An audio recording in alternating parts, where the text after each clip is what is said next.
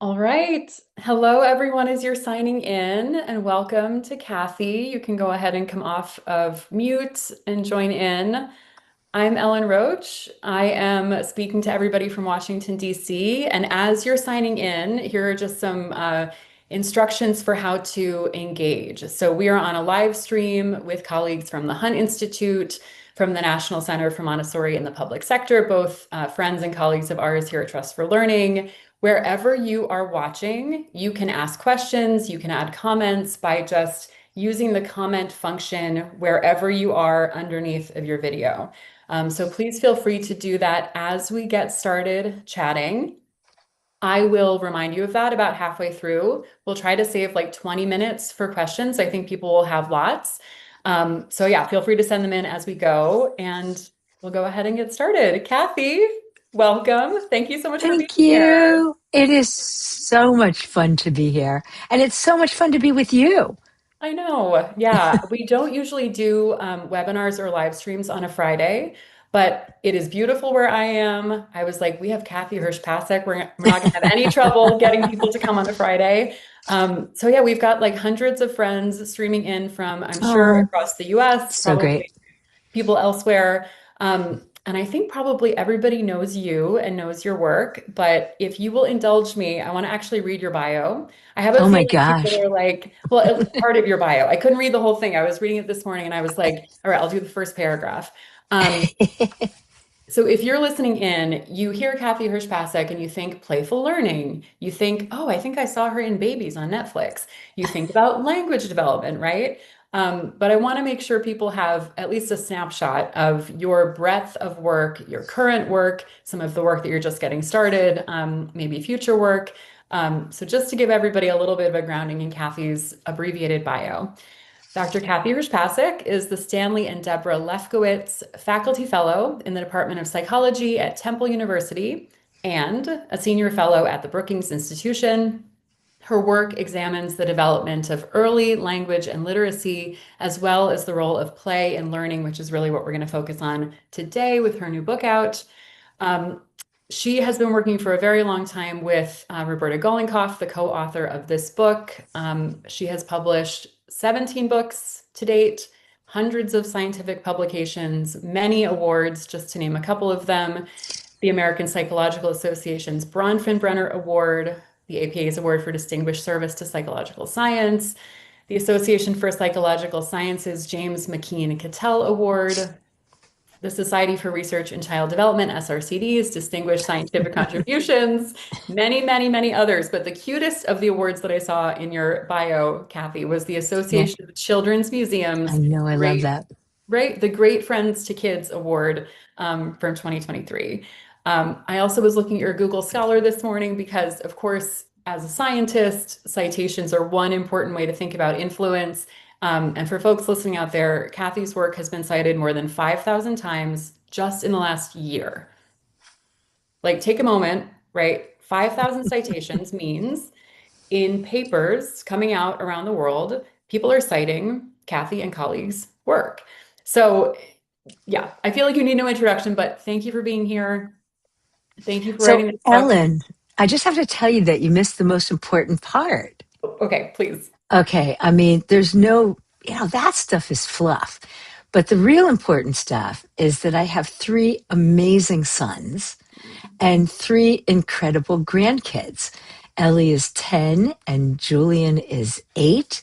Mhm. And I have now little Sophie, who is just about 6 months old. Oh my So now gosh. that's an accomplishment. I love that. I very good friends of mine had a baby in October and she is 5 months Mm, old. So what yeah. a moment to be in a baby's life, Oh, right? oh, Yeah. right? The Yeah. best. Congratulations on Sophie. Yeah, Thank you. so Thank you. you open the book with this perspective, right? Hmm. You talk about your experience as a parent, as a researcher, now as a grandparent. Um, Many of the folks on this live stream are, I'm sure, parents themselves, but we've got educators, we've got principals, we've got Head Start site directors, we've got state policymakers working on pre-K policy. So I feel like the insights in the book translate really beautifully for both parents, right? When you're thinking Hmm. about how do I support my own child, but also for all of us trying to figure out how to use the science of child development to make really good policy. So yeah, I'm excited to talk Thank more with you. you. I'll just plug too. So I feel like I know the research on playful learning pretty well. Hmm. And I was excited to read the book, but I got into it and actually learned a ton. Like there was a ton that Oh, that's great.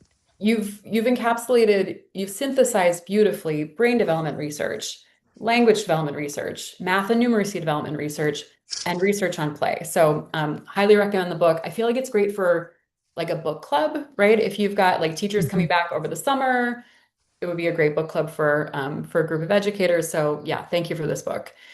So let's start with like kind of a cautionary tale. Okay. Kathy, what is the Mozart effect? And how is it kind of a cautionary tale for us trying to interpret science? Oh gosh, it was a while ago where we thought it's hard to even believe it, at this point. But if you actually played Mozart for your baby, that was going to be the step up.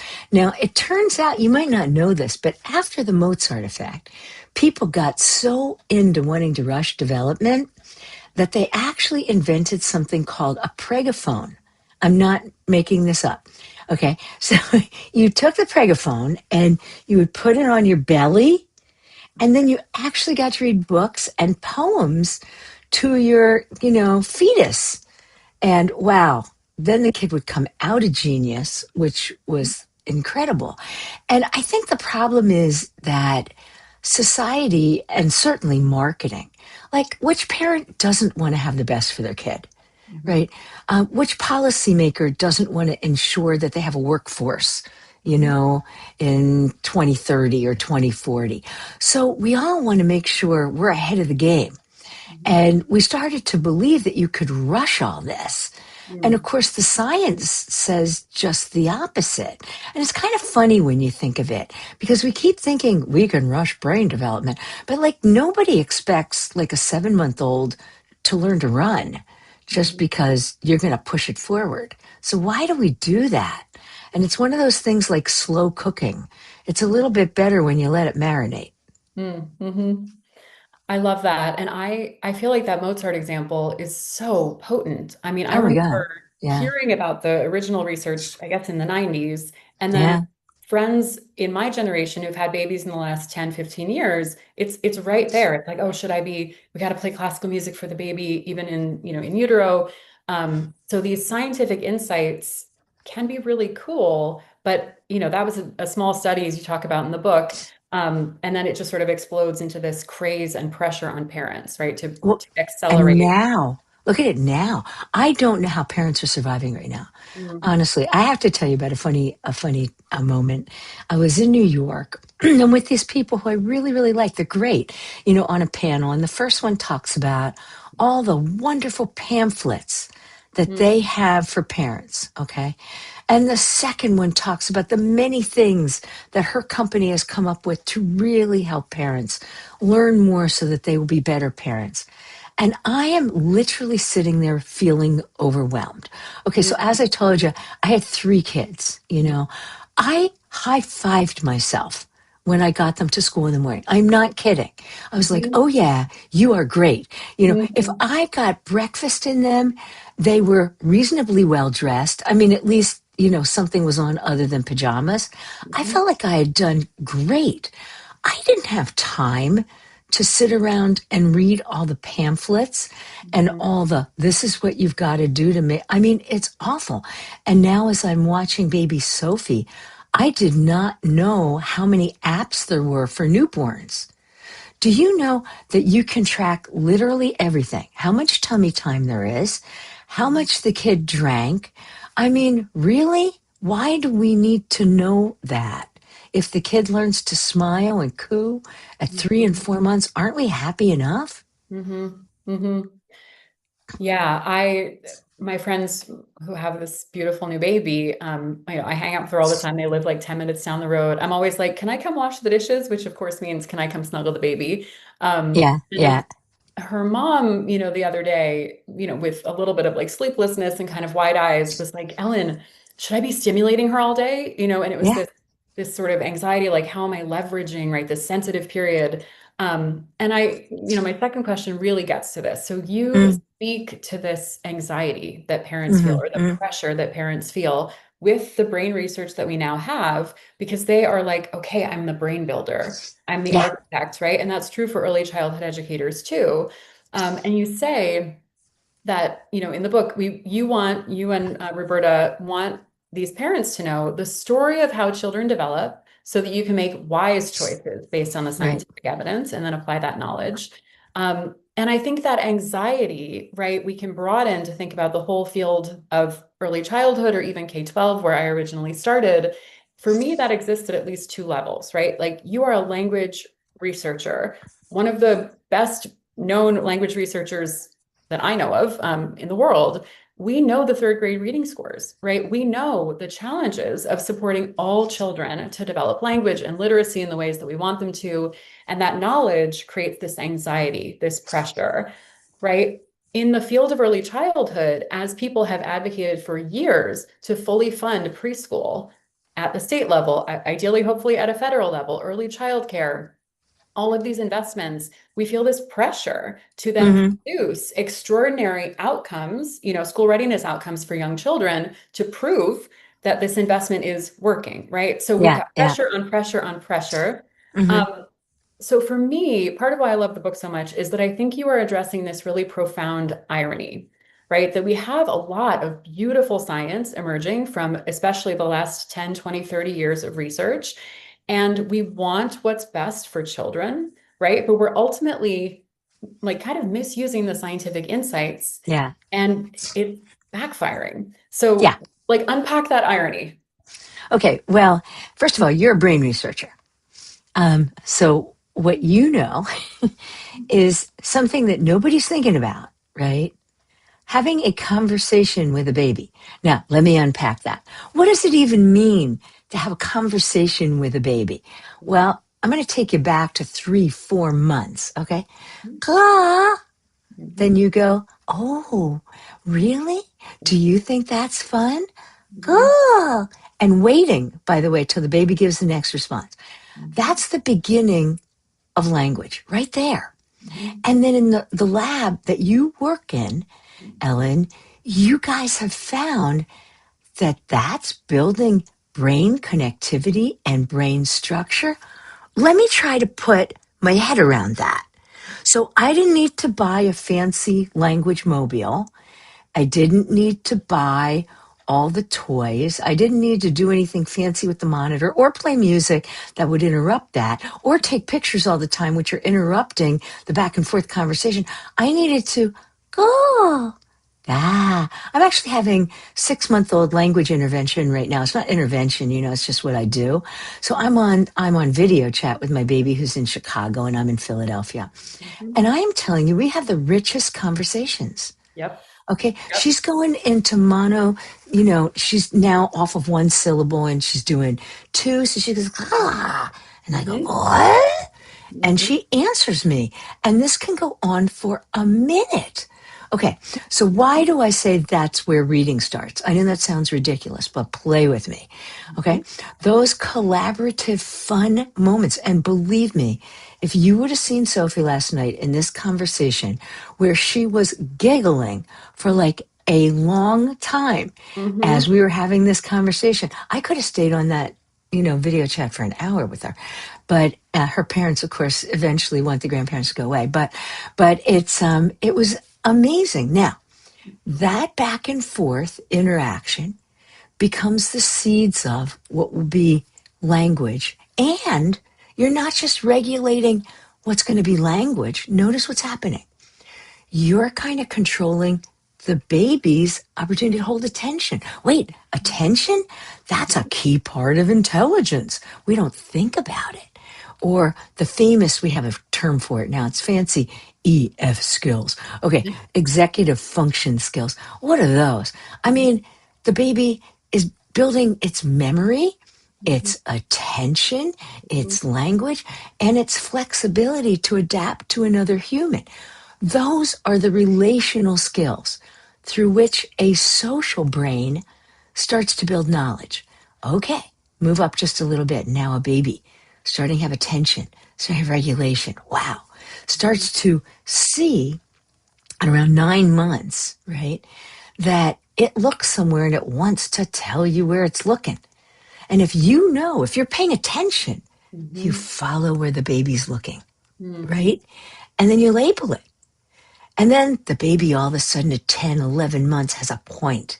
Mhm. Oh, and then if you follow the point, that by the way is very sophisticated. We have not found another animal that does pointing. Well, I might be wrong. There might be dolphin pointing. We're trying to figure that out. But aside from the dolphins, okay, that Mhm. little teeny finger, notice what's happening. The world's out there. Baby notices world. Baby lets you notice the thing baby's noticing. Mhm. You comment on it, and you are in a conversation that's building language. Now, the kids who have less of what I just described actually turn out to have less language skills. And it's not an issue of whether it's that you're in an under resourced or over resourced environment. If you are just taking under resourced kids, my student Lillian Masick found take the parents who then have more of those interactions and the ones who have less. And the ones who have more have better language skills at 3 years of age. Okay, you say you got me up to three. Mhm. Super. But the 3-year-old with strong language skills becomes the pre-reader in Mhm. kindergarten. The Mhm. 3-year-old who has great language skills becomes the kid who's going to be successful. And in fact, oh my God, some of our colleagues have found this, right? That the kids who are read to more, the kids who had more conversations, look back at what they looked at. And they looked like conversationalists all the way before that. Now, where we make the mistake is that we don't understand that what reading is. Mhm. Reading is not looking at a phonics app. Oh, yes, phonics will turn out to be very important. But why? Mhm. The why is that reading is connecting the part of your brain that has visualization with the part of the brain that has language, right? And it builds this whole new cool area. I think I lost my thing. This whole, We can can you still still hear hear me? you.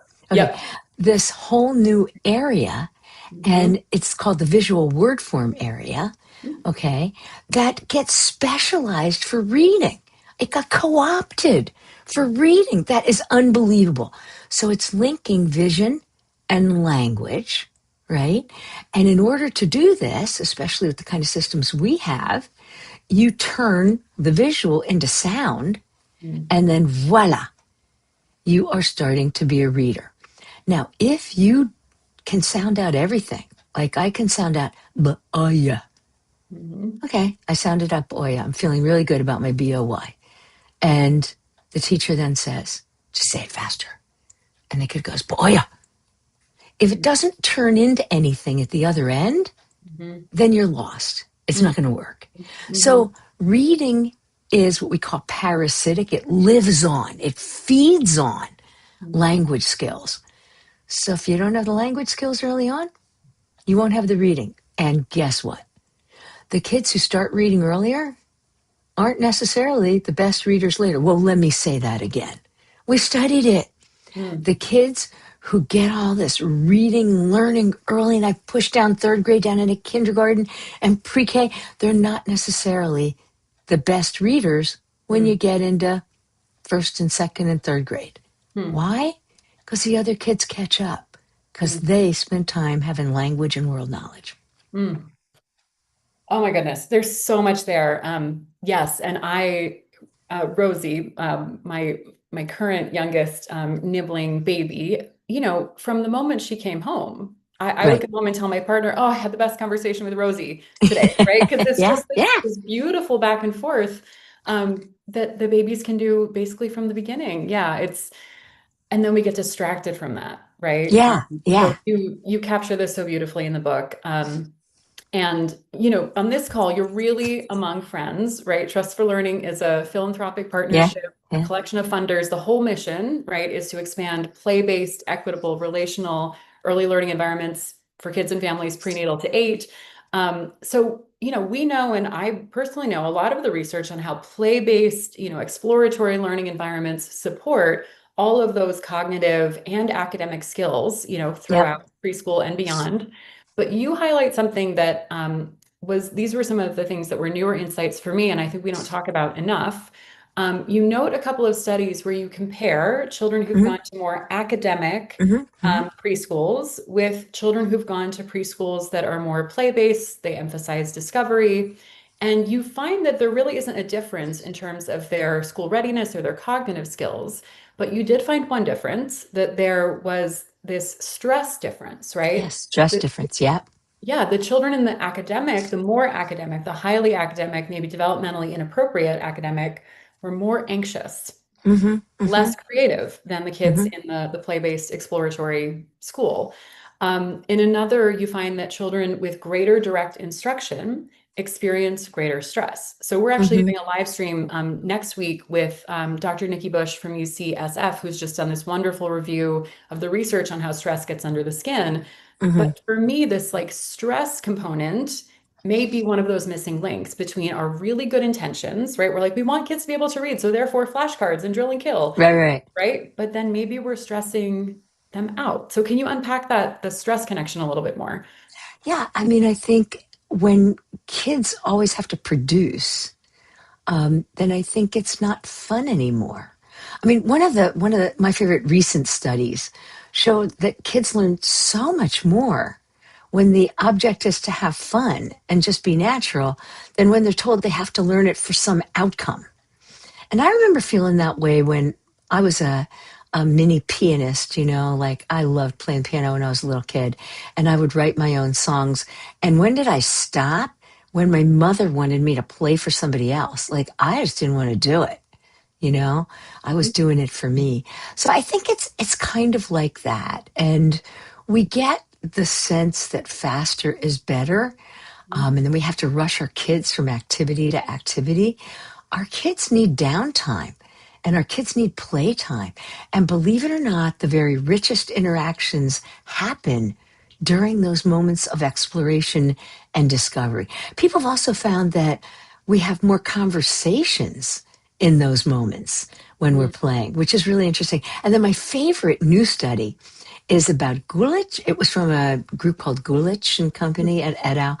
And they looked at people who were going to be top performers, okay, whether it's in the music field or the sports field. And they asked, did those top performers start, let me say it in a different way than they did, with the stress of having to go to a million classes, whether they be piano classes or clarinet classes or in soccer? And the Mhm. answer was no. It Hmm. turned out the top class performers, when they get older, all started as meanderers when they were little. How about Meanderers. that? Mhm. How about Mhm. that? And so I think if we look to programs, you talked about some of the schools, if we look to programs like a Reggio or a Montessori or any of what I call active, playful learning environments, that's where you're seeing great outcomes. In fact, Angel Lillard is about to, publish another book showing on what's Mhm. going on with Montessori education that makes it so great.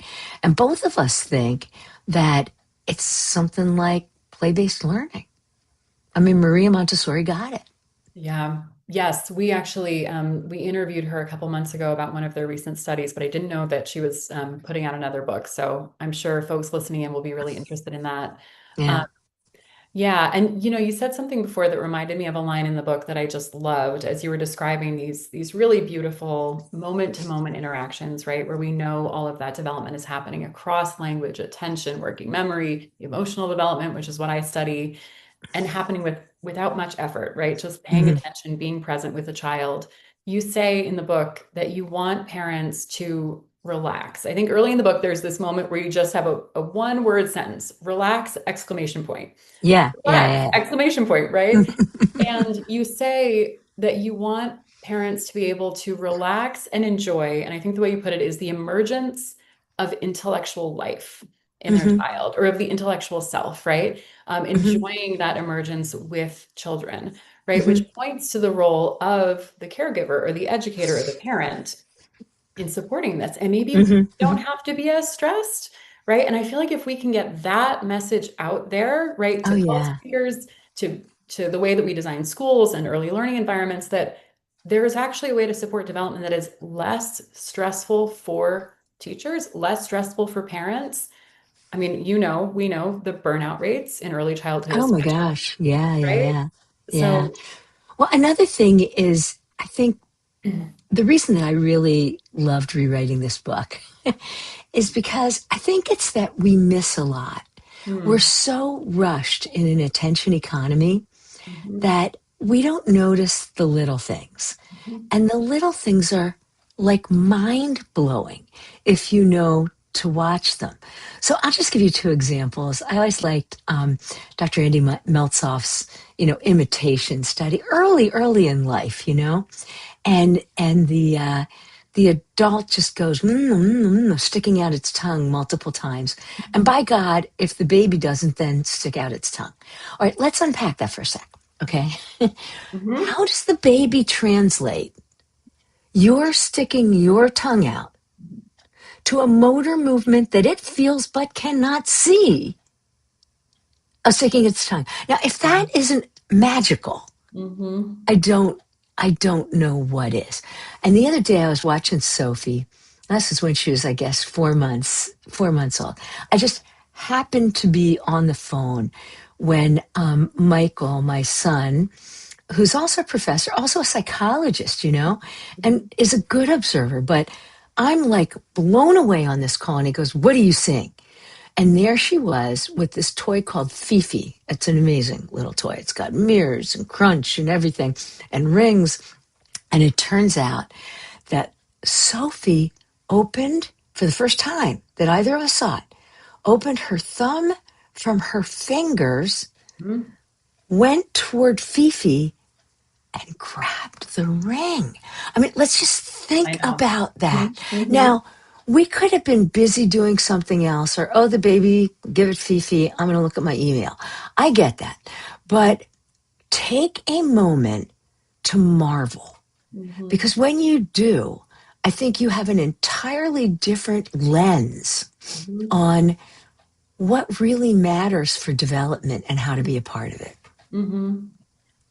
I love that. Take a moment to marvel. Yes. And, you know, I'm skipping ahead to a question that's a little bit later in what I had planned, but Yeah.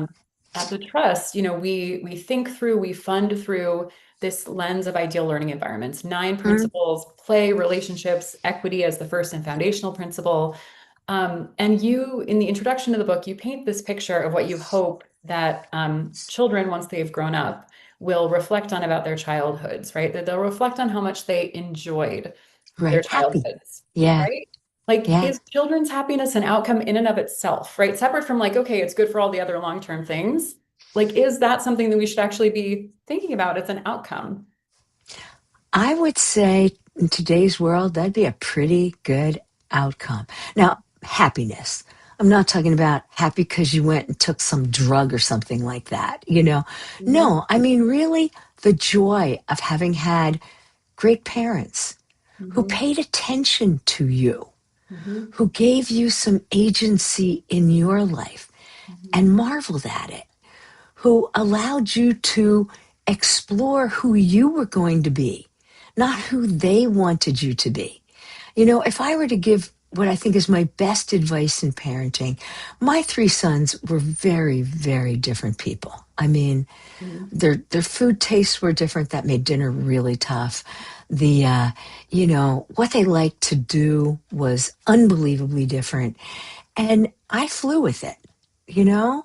Um, One really was like an intellectual from the start. I mean, I never remember a time when he wasn't turning over rocks and looking what was under them and exploring them and talking about them, and the rest of the family would blow, please, can we move on? But he needed that space and time. He needed to not be run to the next activity. The middle one liked to sing and act when he was as young as 3 years of age. And the youngest one, I don't know, he was kind of a mix of stuff. He was a people person, and he really got people and engaged, whether it was on the train or wherever. if they were ever going to grow up to be well functioning human beings, it wasn't because I was going to make them all lawyers. It Mm-hmm. was because I was going to let them have their dreams and try to facilitate those dreams and let them know fundamentally that they were loved and in a nurturing environment.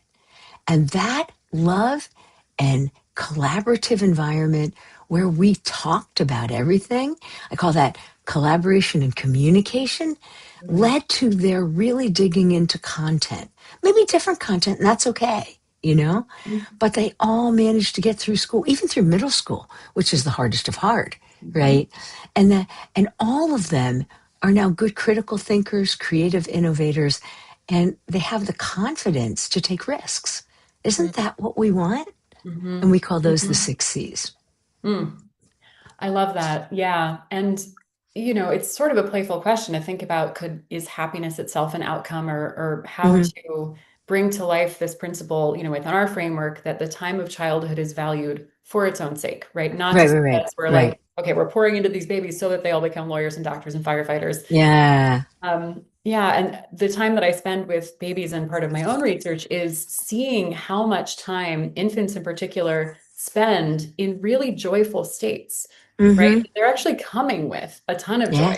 Yeah. right? And curiosity. And curiosity.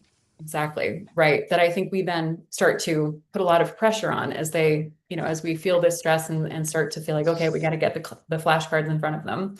Um, yeah. I think there's another piece to this. It's kind of fun, which is we need to like put on our head of a 4-year-old. And I'm serious about that. We spend a lot of time in our society, being conversation killers, curiosity killers, right? And Mhm. creativity killers. What would it mean if we played more? Mhm. Like, I think we need to reintroduce the concept of what I would call adult recess. And I don't know anyone who doesn't need some adult recess, Yeah.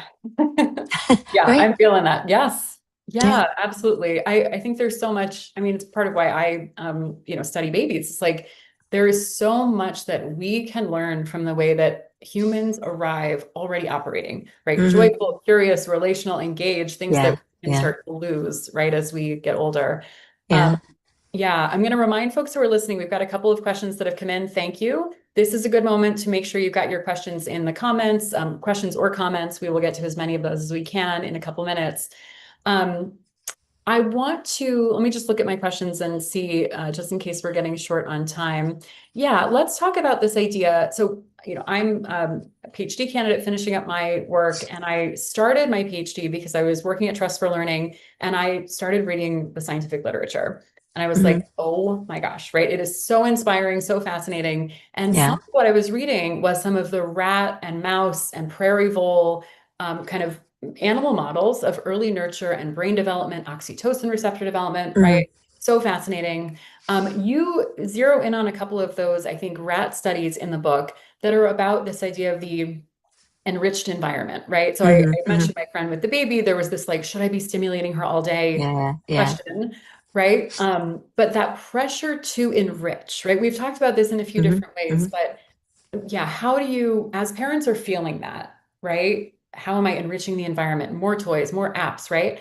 Mm. How do you kind of clear your head and like try to let some of that pressure to enrich go? What does the science actually say about that enrichment? Well, I think we have to remember that those enrichment studies were done in comparison to nothing. Mhm. So if you have something versus you have nothing, the Mhm. something in the cage is better than the nothing in the cage. Okay. But now let's look at the environment that babies are born into. There are humans around. Humans are really interesting. Okay. I don't know if you have any people watchers out there, but like, just try to guess, what does that person do? Why is this, sit in your car outside the pharmacy one day, watch people going in. Why is he going in? Is he happy? Is he not happy? Does he like the person next to him? Not. Gosh, they have a whole social world to figure out Mhm. that's sitting, talk about complex. Okay. We're still trying to do it and we're adults. All right. Next, let's look at the physical world. When that baby's in the crib, just in the crib, looking up at the ceiling, like what's a corner? How does a corner happen? Mhm. Well, that's a Mhm. wall. Mhm. I wonder if that's stable. I wonder if I can put my hand through the wall. Mhm. Why does this crib hold me up? Am I Mhm. going to fall through the bottom? Mhm. When I see a toy on a desk, is it a toy desk? Or is it the toy something separate from the desk? Mhm. These are all complex. Our world is complex enough to start. So Mhm. relax. All Mhm. that comes for free. Mhm. Trees come for free. Mhm. You know, the sky comes for free.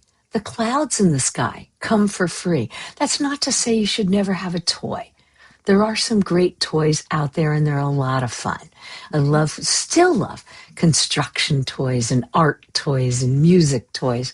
But I don't know that we need the gadgets and the bings and the buzzers because all they do is create kind of an induced ADD where we forget to notice the clouds and the trees and all the cool stuff.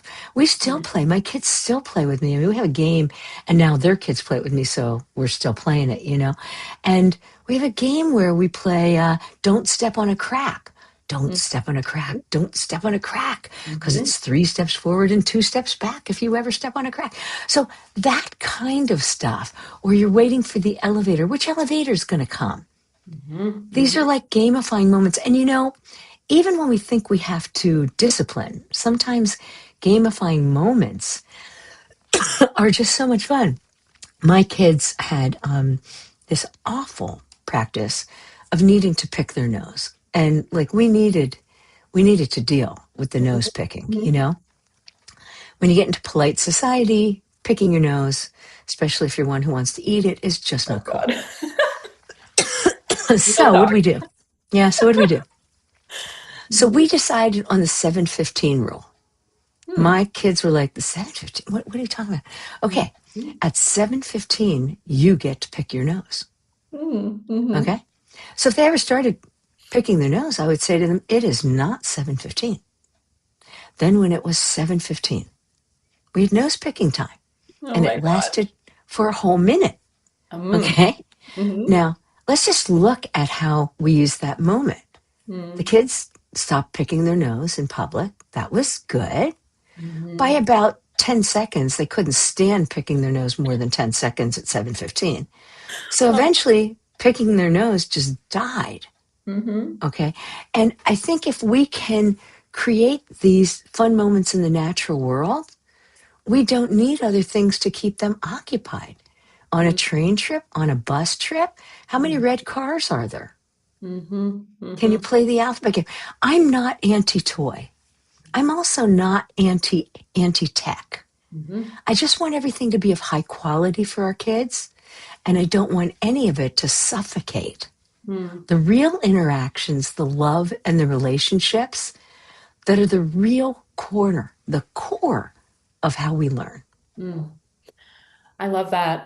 I was hanging out with Rosie, the almost 5-month-old, a couple days ago, and we always hang out in the same space in her home. And that day there were some people doing some construction, right? So the environment had changed, and her curiosity, right, Oh, about right? noise, right? We do this thing where when she's starting to get a little distressed, I say, "Oh, we're going on a field trip," and we walk around the kitchen and we talk about the stuff in the kitchen. And she could see out the window the construction Yeah, people. And yeah. of course, I noted, like, right, like she's having this new experience, right? This new kind of moment to be curious about. I love that so much. Yeah, I want to really underline one of the, again, like theses of the book for people who are listening. I love this theme throughout, right? That caregivers, whether that's parents or early childhood educators or policymakers, as we're thinking about how to structure early childhood classrooms, that we can relax a little bit because of another, like, kind of meta caregiver, right? Mother Nature. You Mm-hmm, emphasize that human brains have evolved. Human mm-hmm. beings have evolved to arrive to learn through exploration and through play. Um, just in, the last minute or two before we take some questions, do you have any Sure. other like favorite scientific findings that demonstrate this, that like we arrive playful, we arrive exploratory. We don't have to work quite so hard to help children, especially in these first few years, learn. Yeah, I mean, I don't know where we go with just scientific studies, but there are so many studies on play. Mhm. And just as one example, there was what we call meta-analysis. It's a fancy term for I took a whole lot of studies and tried to see if they were saying the same thing. Mhm. So this meta-analysis was done in 2022 by Skeen and a group of folks at Cambridge. And what did they find? They found that kids actually did better. All right, hold on to your seats here. In reading, in pre-math, in spatial skills, when they were playing than when they were not. And I'm going to give you one other study that I just love.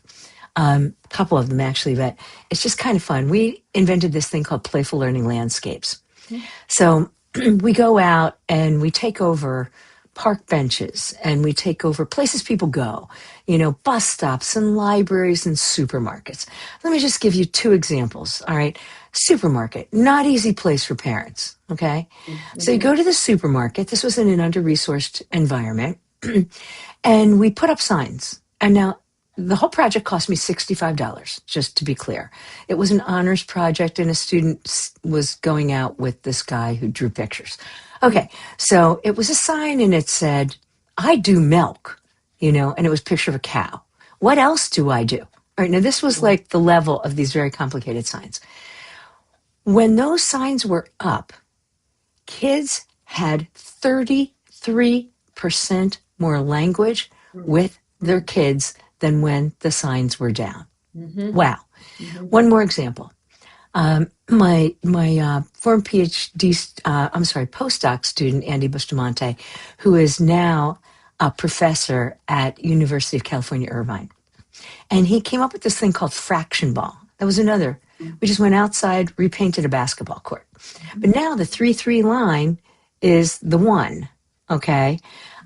Move in and you get 0.75. Move in, you get, 2/4 and you get half. Okay. So you can see how it goes. Mhm. Four times at recess for fourth to sixth graders. Four times, 15-minute recess. They went in and passed a standard fraction decimal conversion test. Mhm. Took the teacher usually 3 weeks to teach that, Mhm. but if they're playing, it comes naturally. Yeah. I love that. Yeah, these are such good concrete examples. And we have so many ways that we can help school districts, that we can help states think through this lens, right? That play is Mhm. not just something that happens as a reward for sitting at your desk and, doing your worksheets, but it's actually how children learn. Mhm. So yeah, thank you. One more shout out, and then I'm seeing some great questions in the chat. So Kathy, you really called me and other scientists into awareness around the fact that generative AI, toys that are using AI, little cute fuzzy AI friends for babies are basically already here, right? You Mhm. Mhm. started, I got looped in on this last summer. Thank you for your leadership on this. We are still right at the Thank you. beginning of Oh, thinking yeah. about like what our children's world's going to look like. But just talk a little bit more about how you're thinking about the questions and the protections that we need to be thinking about and enacting as the adults in the room right now, as babies are being marketed these toys for which, as far as I know, we do not yet have any regulation. No, we have no regulations. Europe is doing a much better job than we are. And I want to thank you for your leadership in jumping in and helping us get the message out to scientists. And a number of scientists, over 200 scientists, joined our petition. The basic idea is this. As I mentioned earlier, it's human back and forth interaction that literally builds baby brains. And we're putting things on the market like this cute little Wuffy that I just purchased. And you Okay. can have conversations with little Wuffy, and Wuffy will wag its tail. Now, it says in the marketing that little Wuffy is going to teach you love and relationships, okay, and responsibility. Now, I'm just saying, look here, okay, you can see that it probably isn't doing stuff on its own. It doesn't need to eat, right? It doesn't need to be walked. So, what responsibility is it possibly teaching? Also, these, new toys that have come out, some of them quite dangerous. Perg did a beautiful study and found out that if you asked a teddy bear and you were 5, where mommy hid the matches, it would not only give you an answer, but tell you how to strike a match. So these things are a disaster, and probably more of a disaster for little kids than they are for the teens. I'm not saying they're good for teens too.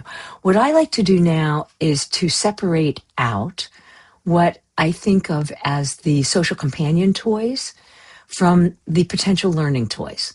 Look, if done right, I suspect we can create a system which is a closed system that at least has reliable information for caregivers and parents. And I think we should all talk about that. And if Trust for Learning is interested, we should put this out so that you can have real information without misinformation Mm. for the groups that need it. But for the young kids up through certainly age 8, I think the social companions have to go. It's a mistake. They're always wonderful, kind, complacent, and loving.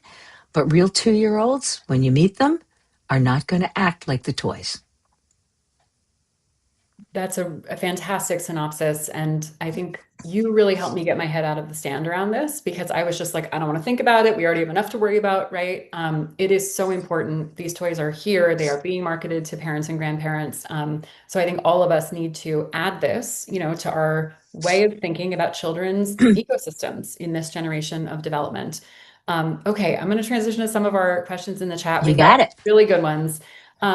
Would love to hear, Patty wrote in asking about your take on the anxious generation. And I know you started the book by talking a little bit about your work early in your career and this idea of the unhurried child. So Mhm, you give us a mhm. little synopsis of that? Yeah, let me say first of all, hi Patty. It's always great to be in conversation with you, and you do ask the best questions. Um, Look, I think Jonathan's on to a grain of truth here. On the At the same time, um, the scientific literature thus far is very mixed. And if I were to take sides on it, as Candace Odger has done, Mm. um, she displays all that in some beautiful articles. One of them is recently published in the Atlantic. Um, Shows you that it's just not quite the way Jonathan portrays the literature. What do we know? And I'm going to go to young kids again because that's really my area of specialty. Um, I would like us to think about technology intruding on our humanness Mm. in 3 ways. Now, I've told you how important that human to human connection is, okay? Relationships. Isabel Howe calls it relational IQ. And if you want to hear more about her, just today, Remake Learning released a podcast that I co hosted with Greg Bear on that topic. And Isabel is awesome. So you can hear it straight from her. But I think there's 3 areas where we've kind of gone down a road we don't want to go down. The first one I'll call disruption. And disruption is we're constantly pulling out our cell phones. Okay, as adults, every 5 minutes, we're looking at our phones. What is that doing to these interactions that I spoke about? It's disrupting them.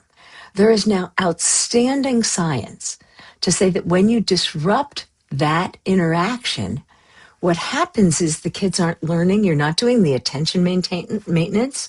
You're not doing language learning, right? You're not building the knowledge. So disruption. And there's lots of studies on it under the name that Jenny Radesky gave it called technoference.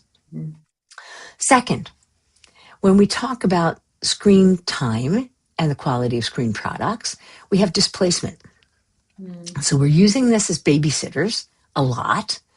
And when we do that, what are we displacing? We're displacing time with friends, listen to the human to human going out the window again, and time with us. It's much easier for us to say, I just got to get dinner done, so I'm going to put them in front of the television. I'm not saying that's a bad idea. I had 3 kids. Let me tell you, television was a blessing. Okay. On the other hand, we got to ensure the quality. And I think we want to watch so that we're not making it a full time job or a part time job. Right now, for kids who are 4 to 8, they're watching, I know you won't believe this, but they're watching up to 4 to 5 hours a day. And if they are, just take 4 times 7, 28. That's more than a part time job.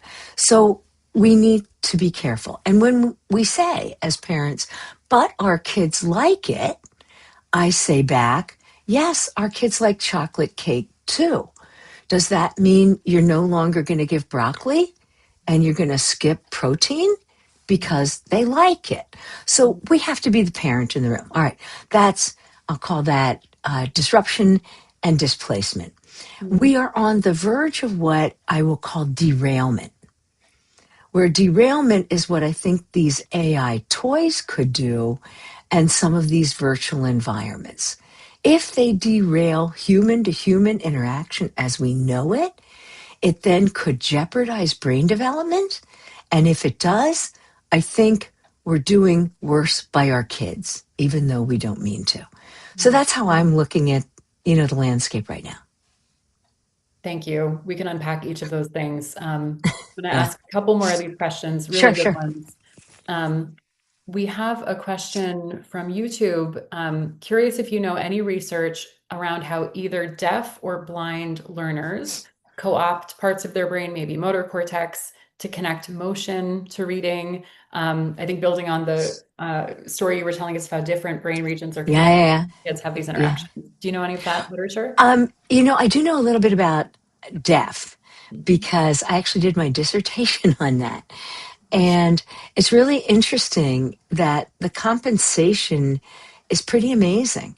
My way, and if you know anything about sign language, part of sign language is its own language, by the way. It's not like purely iconic or anything. It's just a beautiful language, and used by natives in the deaf community. But there is something called fingerspelling, which, A, B, C, which connects almost directly with the system that gives us phonics, you Mm. know? Mm. So it is one way in. It's a little harder to read an alphabetic system when you don't have a language or translation that is automatic. Yeah. But I know a lot of people are looking at that question right now for deaf readers. I would imagine for Braille that it should work exactly the same as it does for spoken language. Mm. With Braille, you just have a different kind of phonics Mm. to be able to use. Mm. It's not really phonics; it's visual information to be able to use. Mhm. Still connecting back to language. Yeah, amazing. We've got I think, both practical and sort of theoretical questions Yeah, for something the trust works on quite a bit. But, we could go around to every parent, right, and say, okay, back off on the flashcards, relax, enjoy, your child, engage in those yeah. moment interactions. But, right, our publicly funded systems are Hmm. by and large not necessarily supporting that. It varies by state, it varies by site, by center. We support ideal learning environments around the country who are really taking this on, even though the policy climate is not always friendly to exploratory play-based learning. But how do we help parents buck the system, right? If you don't have that beautiful play-based Reggio or Montessori or Yeah. preschool, what do you do? Well, I'll tell you, I'm currently on a funded Lego project where we are bringing what we're calling active playful learning into 4 states right now, into schools in Virginia, in schools in California, schools in Illinois, and schools in Texas. Mm. And so far, the teachers are so excited about it that 92% say they would recommend it to anybody. They say they're seeing changes. The coaches say they're seeing changes. And we're now doing a lot of observations to see if we can see those changes in the classroom as well. In Connecticut, they actually have evidence of some outcomes using these very active, playful learning principles. So, bottom line is it works. Bottom line is we should go to the policymakers, which I am doing, and say, hello, guys.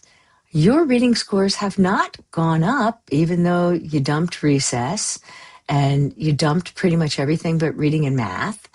And if I look at what I'm getting as a return on investment and you were a business, I would say you should close the business. Mm. So we need another way. What we're doing doesn't work. And everything we've seen in active playful learning does work.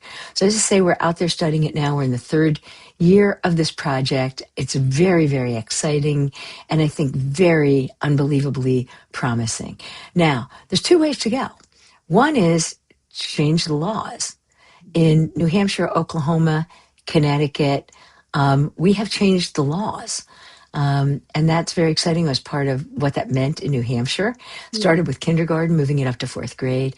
Hmm. And just this week, we were able to change a law in Oregon Hmm. so that they will be the next state to join us, with a lot of other states showing real interest. Mhm. So I think the answer is change to something that will give you joyful classrooms and deeper learning.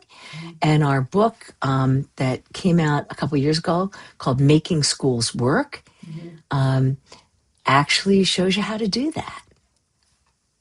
Amazing. Thank you. Yeah, we work with educators and school leaders, site directors all over the country, and what we are seeing anecdotally, which we hope to eventually study, is Mm, that the ideal learning environments that we support in all different kinds of contexts have significantly lower levels of teacher turnover and burnout, right? yeah. It's actually a more joyful and uh, enriching kind of environment for all humans, right? Not Hmm. just babies, to be in a more relaxed, playful, exploratory kind of Oh, yeah. environment.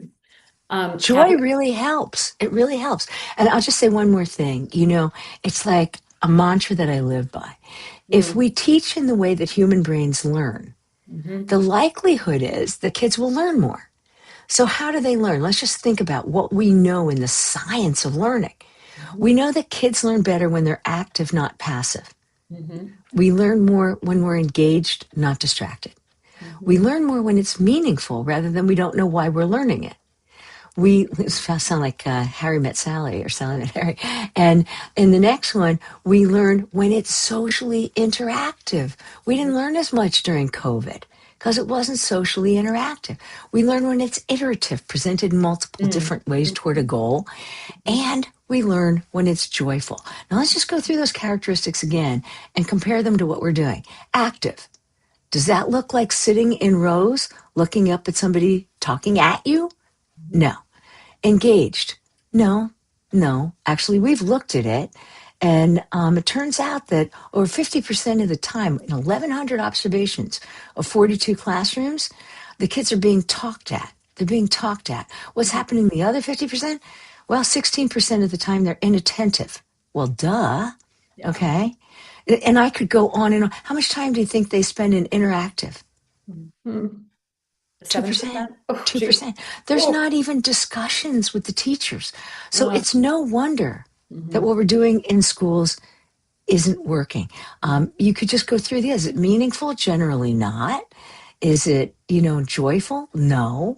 It's not socially interactive. So we're doing the antithesis and mhm, expecting deep learning, and we're expecting to raise kids who are going to outsmart robots. I don't think so. So mhm. that's the way I look at it. I could truly pick your brain all day. I'm inspired by the book. I'm inspired talking to you. And I wanted to just close with something that you wrote toward the end of the book with Roberta Yeah. that I just feel like is so powerful, especially for people on this call, right? So folks on this call might actually be making those policy decisions or making those classroom practice decisions or running a Mhm. preschool or Head Start center.